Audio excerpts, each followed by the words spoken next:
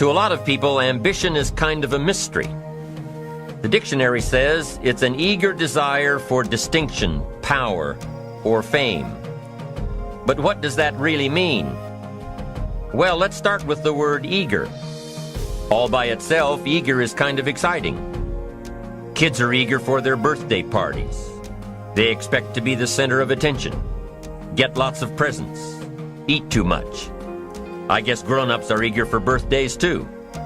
Unless, of course, they're embarrassed that the number of candles on the cake outnumber their achievements. But we can be eager to see a ball game, eager to see our kids in a dance recital, eager to see an old friend, eager to shop for a new car. Eager sounds like a lot of fun. But do you ever hear people say they are eager to live a better life, eager to have a better family, eager to make a lot of money? Probably not. And that's a problem. Because how I see it, living a better life, having a better family, and making a lot of money takes an eager desire. We have the remarkable ability to get exactly what we must have. But there is a difference between wishes and desires.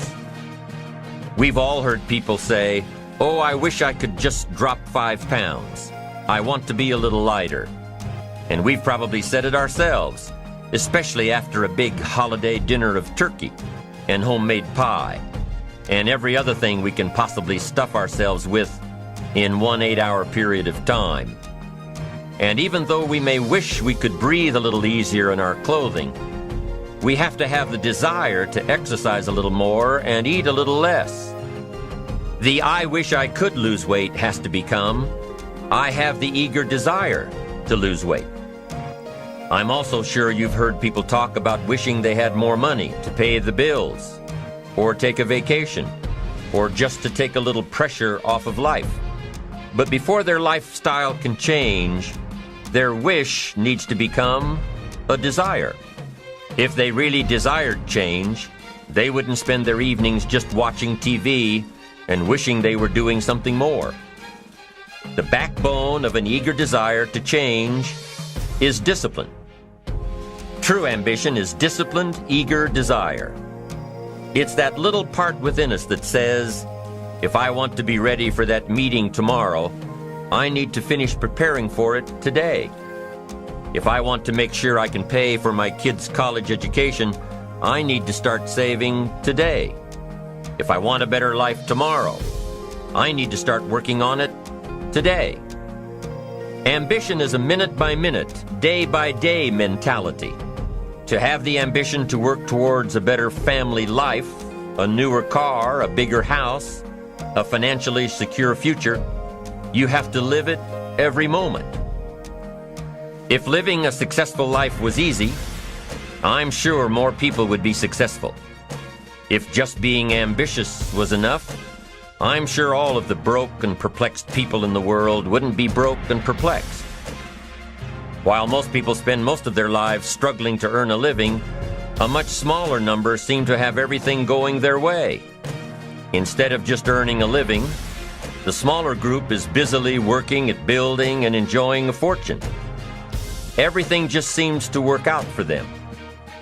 And here sits the much larger group, wondering in awe on how life can be so unfair, complicated, and unjust.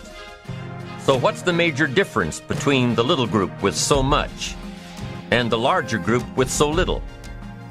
Despite all the factors that affect our lives, like the kind of parents we have, the schools we attended, the part of the country we grew up in, none has as much potential power for doing good as the ability to dream. Dreams are a projection of the kind of life we want to lead. Dreams can drive you. Dreams can make you skip over obstacles. When we allow our dreams to pull us, they unleash a creative force that can overpower everything in our way. To unleash this power, though, your dreams must be well defined. A fuzzy future has little pull power. Well-defined dreams are not fuzzy. Wishes are fuzzy.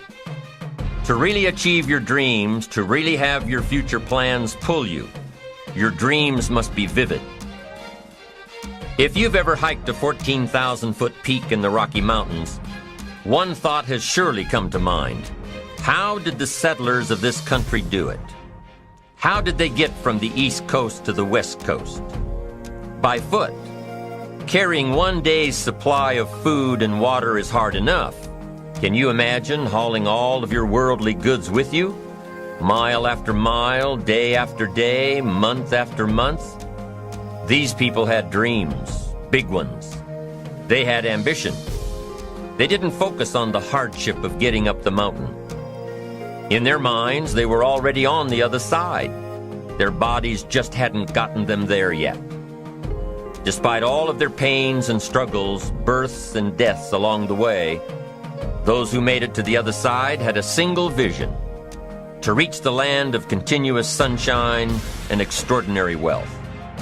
To start over where anything was possible, where everything was possible. Their dreams were stronger than the obstacles in their way. You've got to be a dreamer. You've got to see the future finished in advance. You've got to see California while you're climbing 14,000-foot peaks. You've got to see the finish line while you're running the race.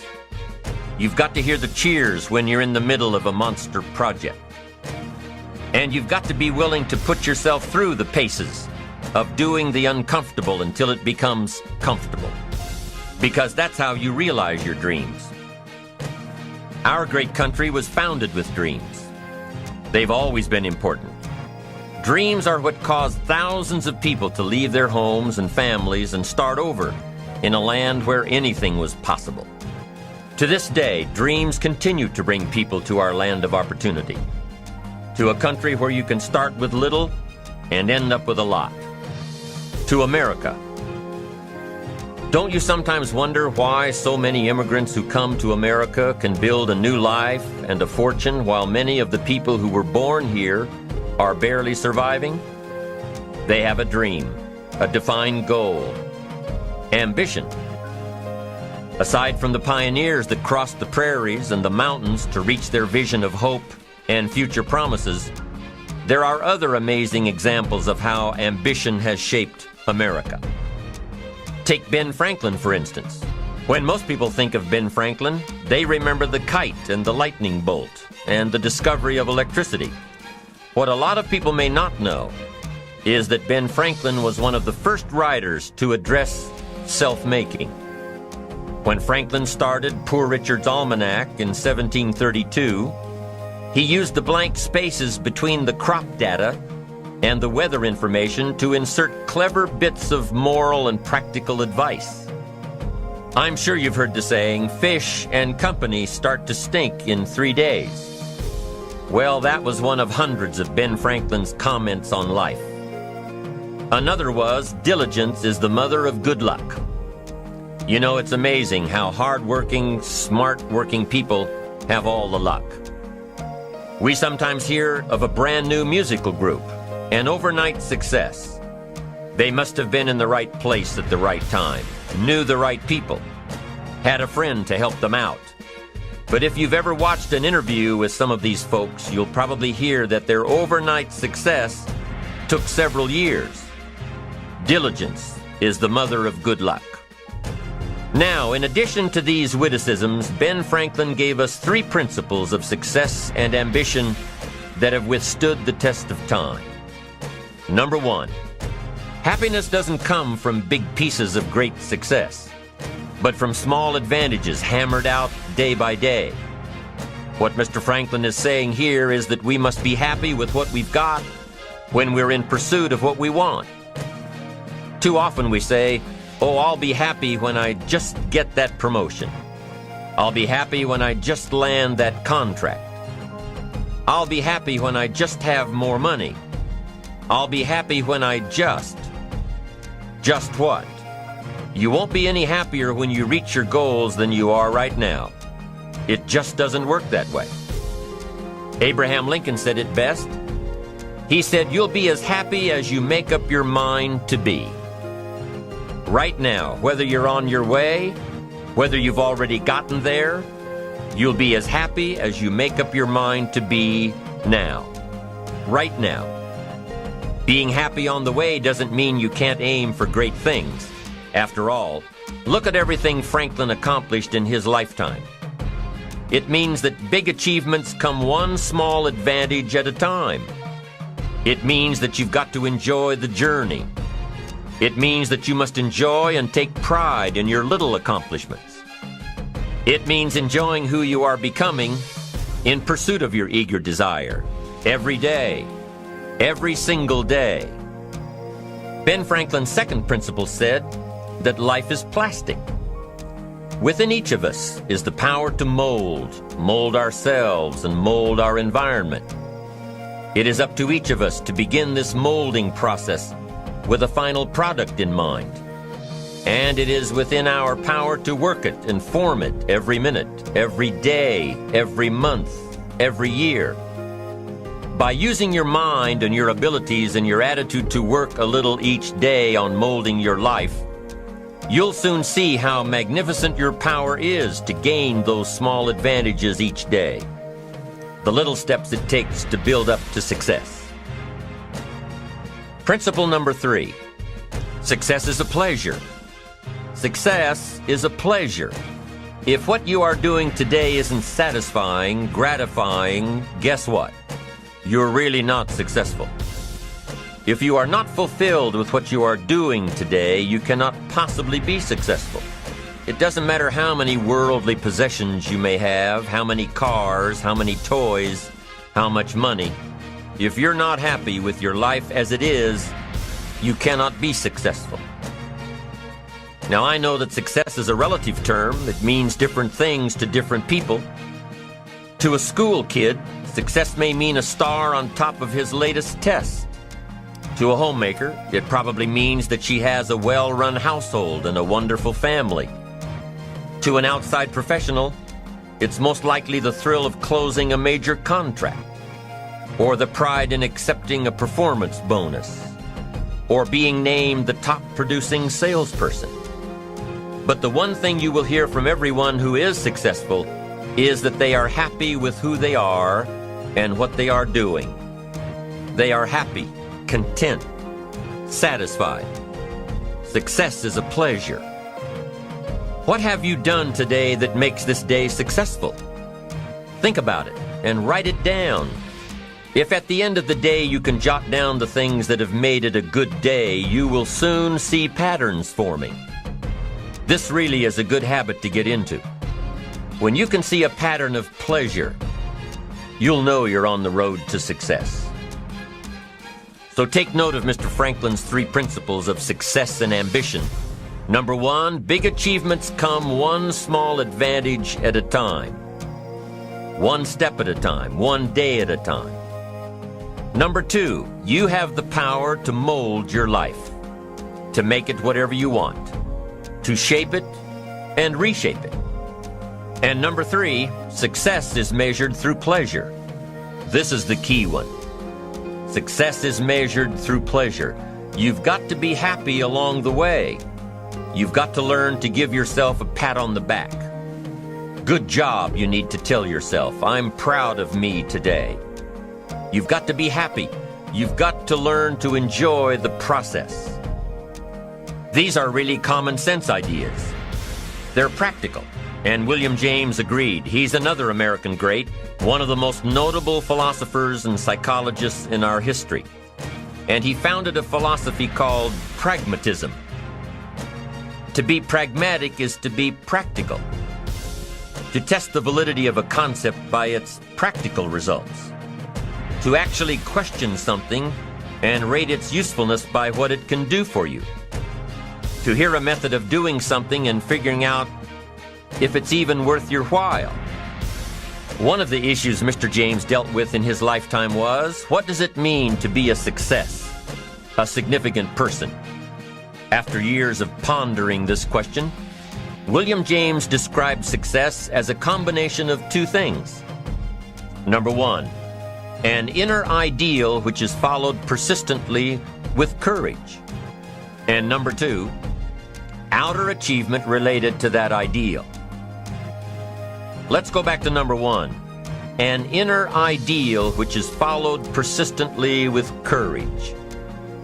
I take that to mean defining a goal and having the resolve to complete it. No matter what, I'll do it or die. Promise yourself you'll read the books until your skills change. Go to the seminars until you get a handle on it. Do it until it makes sense. Practice it until you've got it right. Don't give up until you get where you want to be, however long that is. Step by step, piece by piece, book by book, seminar by seminar, do it until. Go for it. Until is a very important word. It's magic. It means that you'll never give up. Don't miss the chance to grow, to pay the price. Until you learn, change, grow. You'll discover some of life's great treasures when you pay that price. William James' second part to success dealt with the outer achievement related to that ideal. You need both aspects to really be a success. But what Dr. James realized about his philosophy of success was that the first part is indeed more important than the second. Going for it.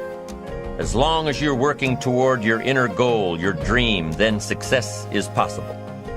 But once you give up your inner vision, then you can never become successful. You never will become successful. Until doesn't even matter. Now, maybe the person who's been working on a project for 10 years can be successful in his own right, if he's honestly working toward it, doing everything to make himself worthy of reaching the dream. Really happy with where he is, doing it until. Then maybe he is a success. It's a personal thing. Going for it one step at a time. Going for small accomplishments along the way for however long it takes. So let's think about this for a moment. What outside evidence or results or proof can be seen when you accomplish your goals one step at a time? You'll start to see things change around you, little things, not major things, but little everyday things, things you may not even notice unless you are paying attention. If you're one of those who'd rather stay up late and get up late, only to discover that your workplace doesn't fit your schedule, and you roll out of bed cursing the alarm clock every morning, maybe you could start with the little change of going to bed half an hour earlier than normal. And maybe you'll see, in time of course, you can't train your body overnight, maybe you'll find out that you jump out of bed in a better mood, and that your day will start better, and that you'll get more done, and that the people around you that caused you problems aren't so hard to work with after all. It all starts by making one little change and adding to it every day. You see, you can't change what's going on around you without first changing what's going on within you. Start changing how you look at mornings, and sure enough, people will start changing how they look at you. When you start changing how you think, how you act, how you treat others, how you treat yourself, when you start responding instead of reacting to life, life will start responding to you. I'm telling you that you can do it with your lifestyle. You can do it with your sales career. You can do it with your management career. You can do it with any part of your life. If you are looking for equities unmatched, don't curse the only thing you have: seed and soil, sunshine and rain, miracle and seasons. But start processing things like we're covering in this program, and change will take off for you. You cannot believe what can happen in such a short period of time. So you ask yourself, what small changes can I start making today? Well, you can start in your car on your way to work. If you're sitting on the highway, stop and go traffic, moving at about 15 miles per hour tops, look at the guy or the lady sitting next to you and give them a smile, or thumbs up, or even wave. Now, some people might think you're a little strange, but hey, you'll feel better. And tomorrow, when you get into the office, how about a big cheery hello to the people at the front desk, and everyone you see on the way to your office, And when you get home tonight, how about giving your wife or husband and kids big hugs instead of collapsing on the sofa? When you start with the little things that make others happy, improve their day, you'll find that these little things add up to big ones. So what happens when you start taking charge of your own personal happiness, your own life? Do you think that these little things will somehow make a difference in meeting your goals? You bet they will. You can't do it alone. You can't be successful by yourself. It's hard to find a rich hermit, you know. The ambitious person realizes that each of us needs all of us. You all by yourself may have finalized the company's marketing plan, or finished up the sales projections, or even wrote the mission statement for the year to come. Even if you did this all by yourself, you really had the help of all of those around you who tolerated and supported your need to be undisturbed, or provided service to you during the project. Maybe you should thank those people every once in a while with a dinner certificate, or a bouquet of flowers, or 18 holes of golf. Even a thank you note. Thank you notes are so important. After all, without your support team, you probably wouldn't be where you are today. You can't be successful by yourself. So thank them. Thank those around you. And let them know just how important they are to you. Be it your office personnel, or your family, or your friends, a thank you sure goes a long way. So, is it important to do a little extra for these people as you are working your way toward your goals? I think so. I'm sure you do too. Once you've decided that you're going to set sail, go for it, and let loose on your new charted course. You don't have to worry about the winds that will most certainly blow around you, the obstacles, the negativity that will stand in your way. You don't have to worry about what other people will say. You just have to keep your mind on your course.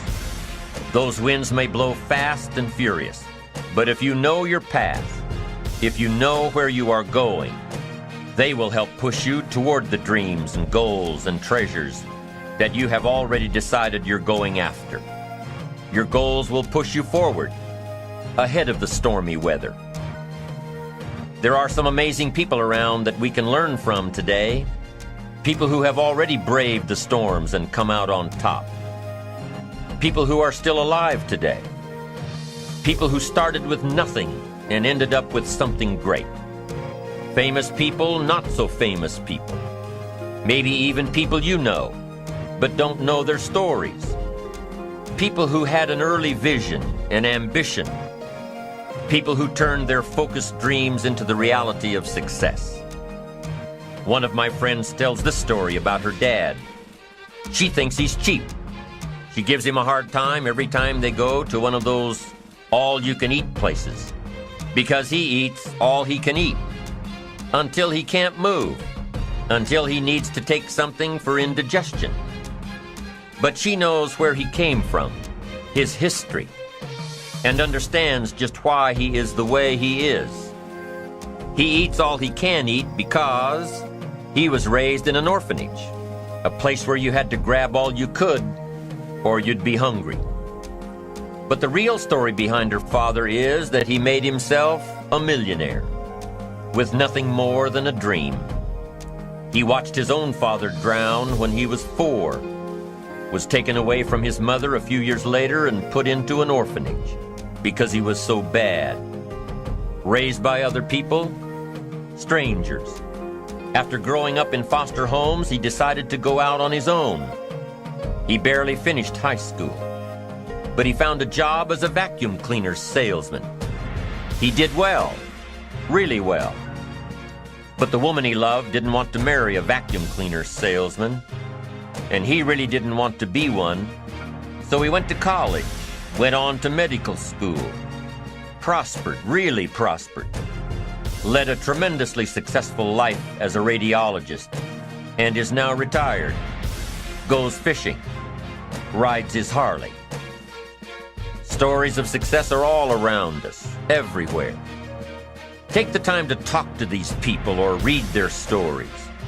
You might learn something, you might find out that they have already traveled the path you are now on. You know, when most of us think of Jesse Jackson, we think of the political Jesse Jackson. But what most of us don't realize is that before Jesse Jackson went to the streets to gain votes, he went to the ghettos with a message for inner city youth. During his rallies, he would have the street kids repeat after him, "I am somebody." Jesse Jackson's message to these kids was that ambition is a moral imperative. To be a good person, you have to have ambition. You have to try to do something good with your life. You have to try to get out of where you are today or make where you are a better place tomorrow. You have to, or anything else is a waste.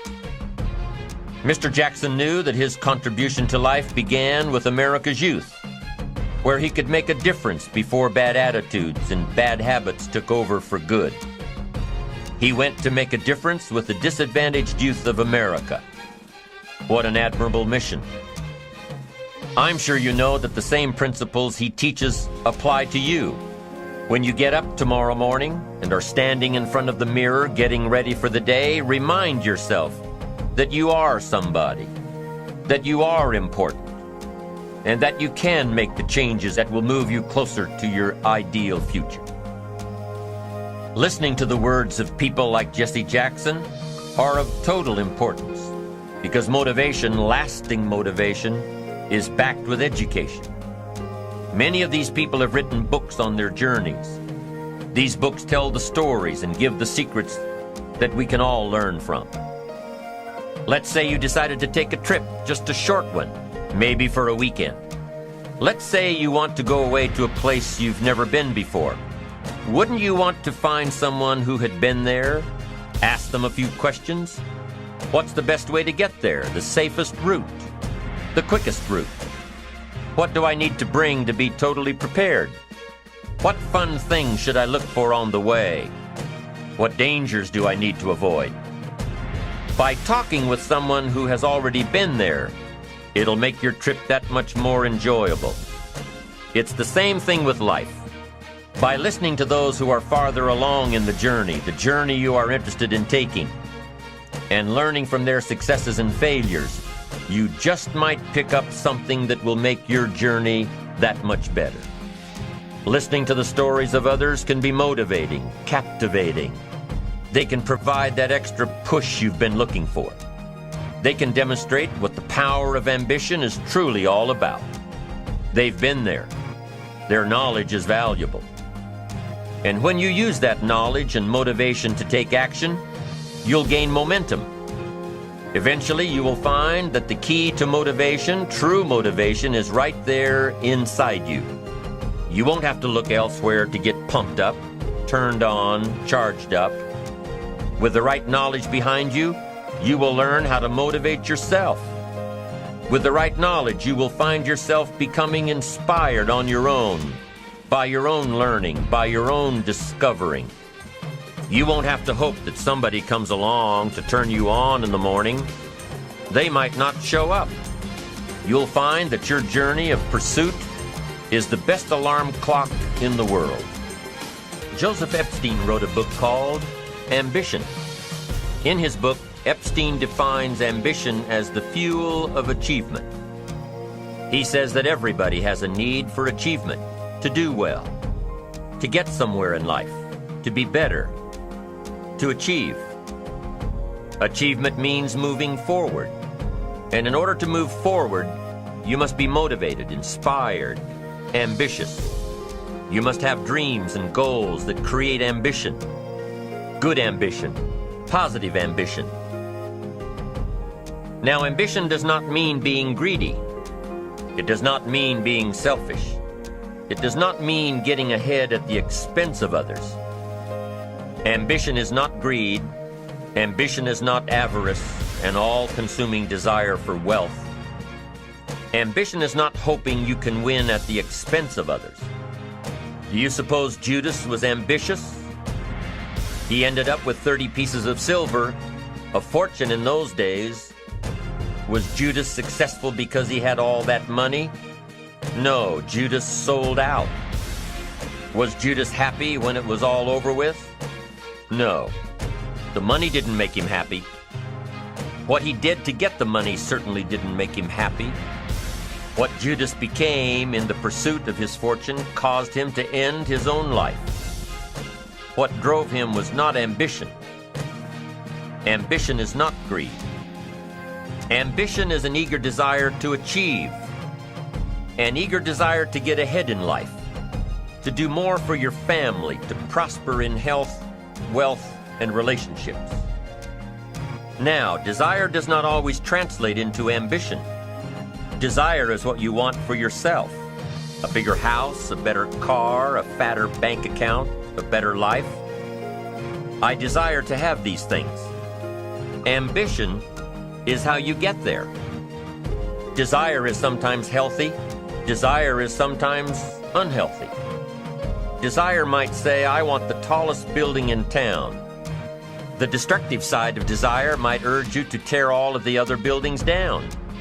I guess that's one way to do it. You might get away with tearing down the first one and maybe the second one. But in your desire to tear them all down, sooner or later, some guy is going to be standing out in front of his building saying, I'm on to you. Get out of here. And pretty soon you're no longer known as a builder. You're known as a destroyer. Now, the second way to have the tallest building in town is to see it, dream it, and plan it, and put your team on it, work on it. Go through all of the steps to get there. Do it right. Have the ambition to be the owner of the tallest building in town. And go through all of the right steps to get there.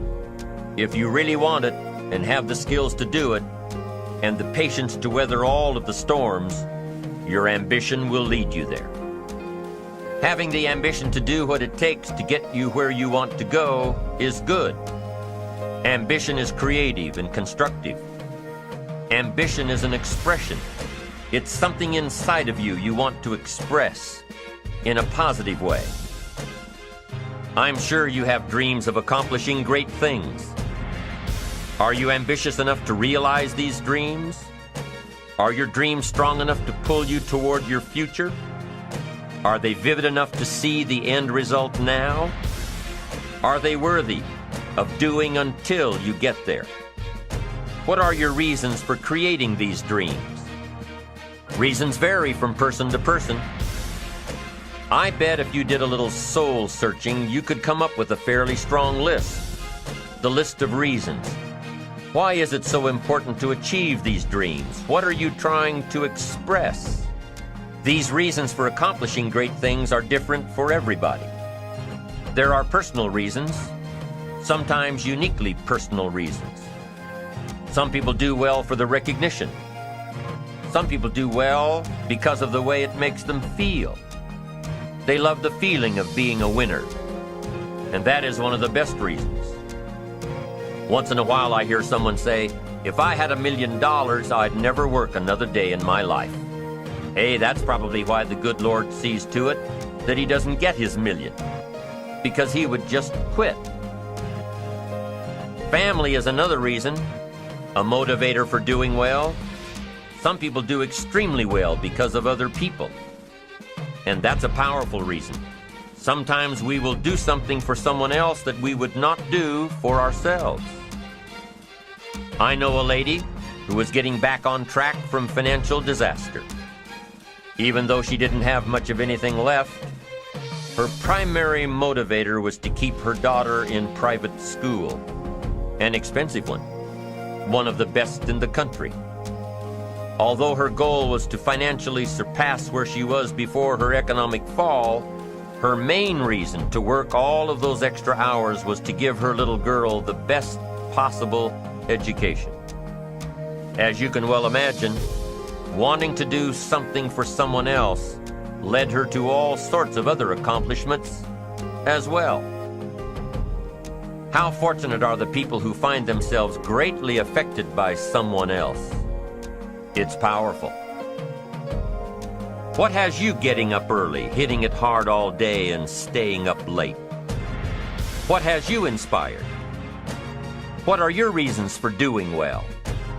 What's at the core of your quest? What is the power behind your ambition? Think about it. Jot it down. Do some soul searching. Define your reasons so they will work better for you. So now we have determined that it's in your best self-interest to be ambitious. Self-interest, self-preservation. As human beings, we can't help but be interested in our own self-preservation. We can't help but be self-interested. It's one of the strongest urges we have. Interested in our preservation, interested in our development, interested in our success. There's certainly nothing wrong with self-interest, but here's the clue. Self-interest must be enlightened as to what truly serves us best. When I found out that self-interest was okay, that was a big relief to me. Now, we're not talking about selfish. We're talking about self-interest. Self-interest needs to be educated, enlightened. Self-interest is willing to be benefited by service to others, not at the expense of others. Self-interest at the expense of others starts to be greed, evil, hoping you go up as someone goes down, hoping to attain while someone else loses. I win, you lose. We call that the beginnings of evil, the dark side of our nature, wishing to benefit at the expense of others.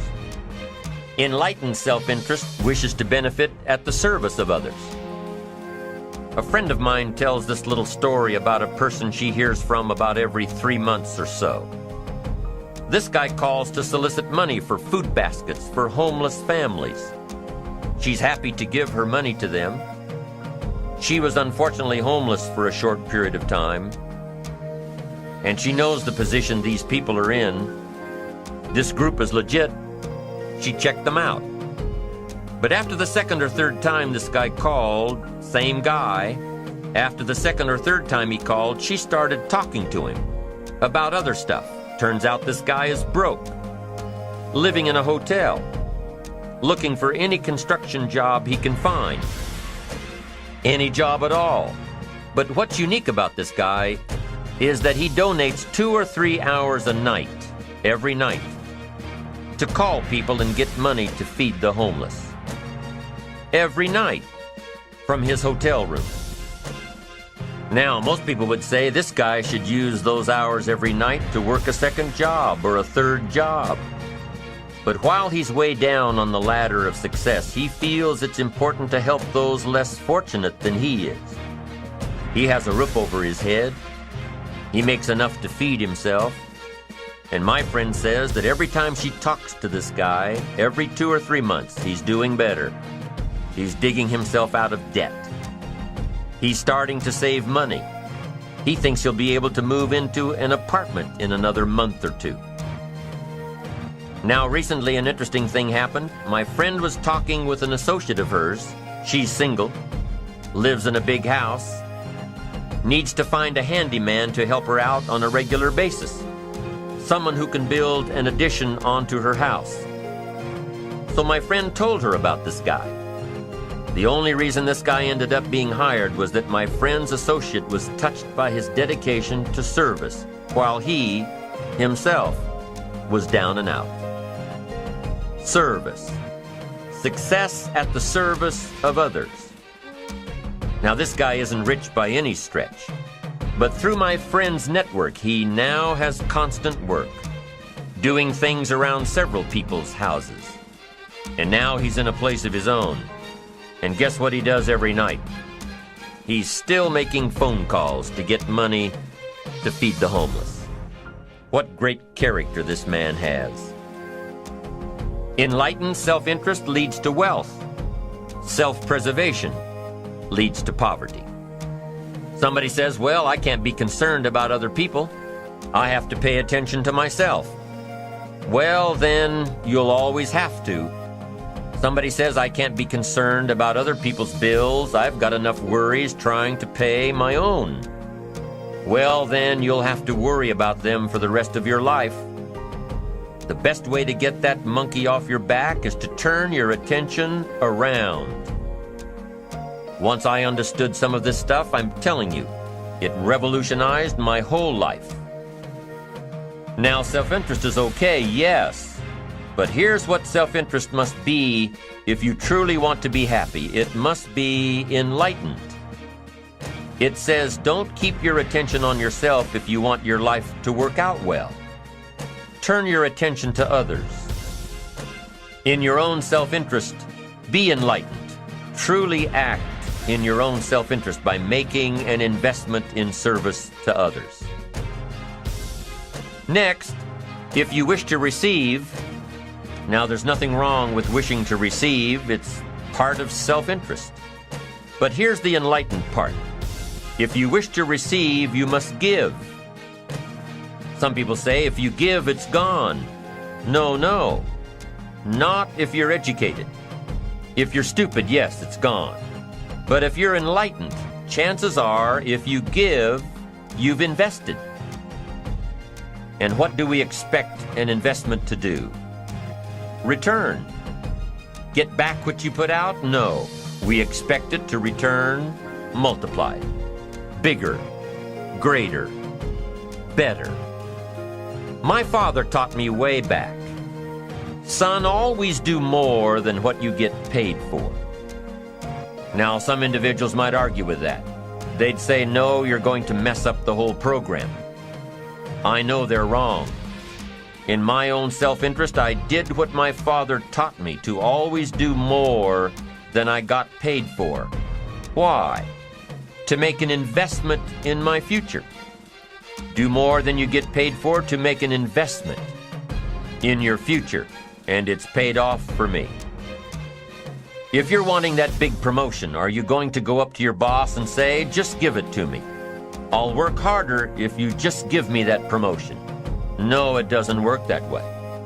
You've got to do more in your current position so that you get noticed, so you stand out from everybody else. So the boss says, hey, we've got this position opening up, and I think we should give it to Nancy. She does so much more than we expect. Just imagine what she'll do if we give her this promotion. You've got to do more than you're paid for. You've got to. It's an investment in your future. It's one thing to make a sale. I'm telling you, if you make a sale, you'll make a living. If you go beyond making the sale and serve people by keeping in touch, calling them before they call you, writing a thank you note, sales will lead to multiple sales. You can make a fortune if the customer is well taken care of. People who are well taken care of will open doors you can't get through by yourself. All of us have found ways to make a living. What got interesting for me early on was to figure out ways to make a fortune. You'd say, well, Mr. Rohn, how would I deserve to make a fortune? It's easy. Render fortunes of service. People will do things you cannot believe for people who give them good service. Here's one of the greatest gifts you can give anybody, the gift of attention. In return, they will do extraordinary things for your career. Take you by the hand and lead you to more people than you could meet by yourself. Always do more than you get paid for. Next, in enlightened self-interest, life responds to deserve, not need. Life responds to deserve, not need. Life was not designed to give us what we need. Life was designed to give us what we deserve. What we deserve. Once you understand that little life principle in your own self-interest, I'm telling you, it's life-changing. The ancient law does not go like this. If you need, you will reap.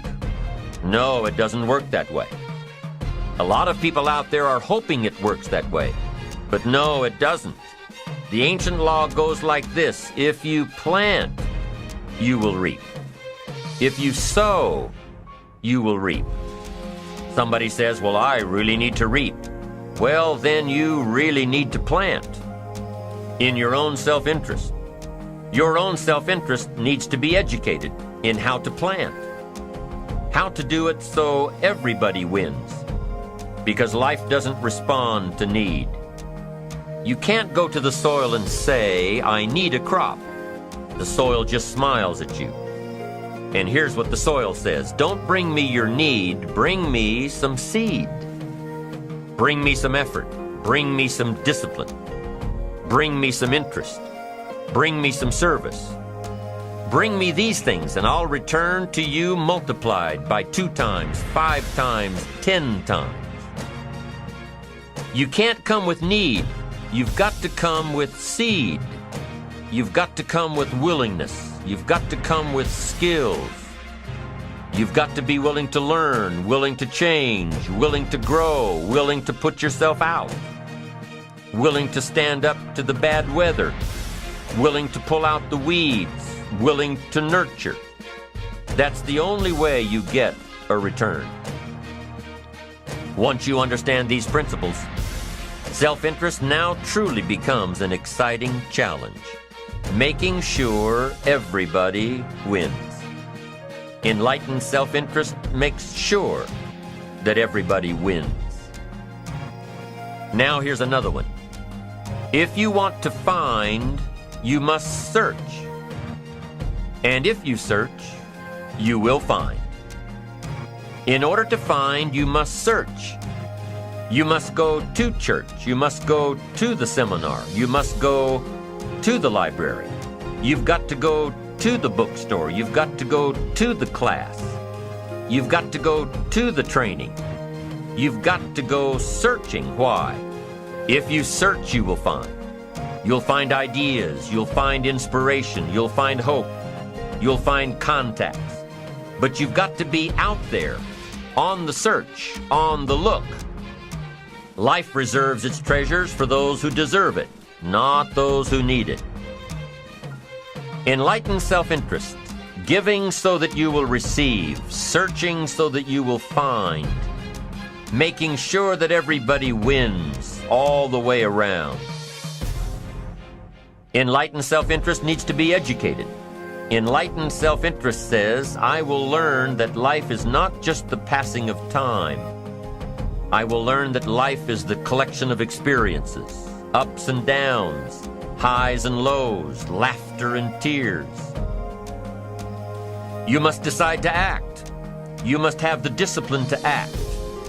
Now here's what's important about discipline. One discipline affects another discipline. All disciplines affect each other.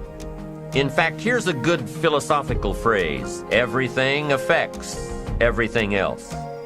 Nothing stands alone. Don't be naive and say, this doesn't matter. Of course it matters. It all matters.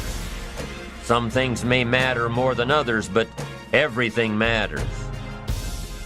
If you'd rather sleep in than go for a walk around the neighborhood, pretty soon it will matter. If you'd rather spend your money instead of saving it, pretty soon it will matter. If you'd rather put off a letter to an old friend instead of corresponding regularly, pretty soon it will matter. If you'd rather work late every night instead of going home and spending time with your family, pretty soon it will matter. It all matters. Every letdown affects the rest. If you won't walk around the block, you probably won't eat right. And you probably won't buy the books. And you probably won't attend the seminars. And you probably won't spend your money wisely. And after years of this, it all adds up. So the key to reversing this process is to start picking up the disciplines. It does matter. It all matters. Now, here's the positive side. Every new discipline affects the rest. Every new discipline makes a difference. That's why action is so important. The smallest action, the least action. The action that you won't think will matter. It all matters. Take it. Because when you start accomplishing and the value starts to return, you'll find inspiration to do the next one and the next one and the next one. If you start walking around the block, it'll inspire you to start eating right.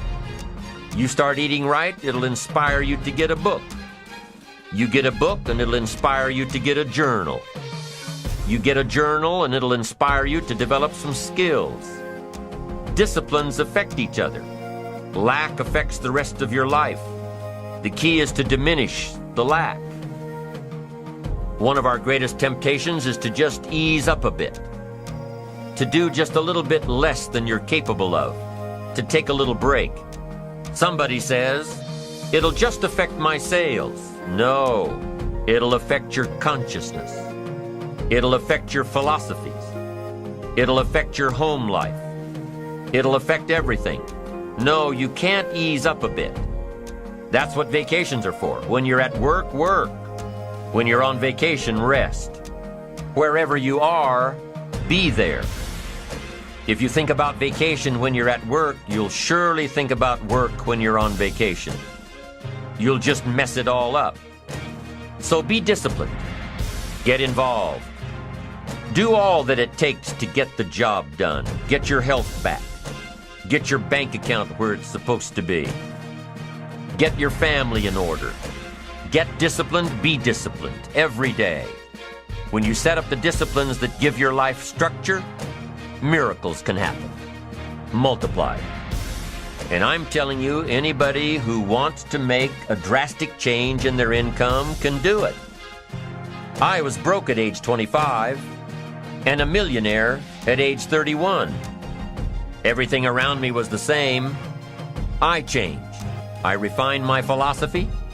I read the books. I took the classes. Started looking at life a little differently. I'm telling you, it works.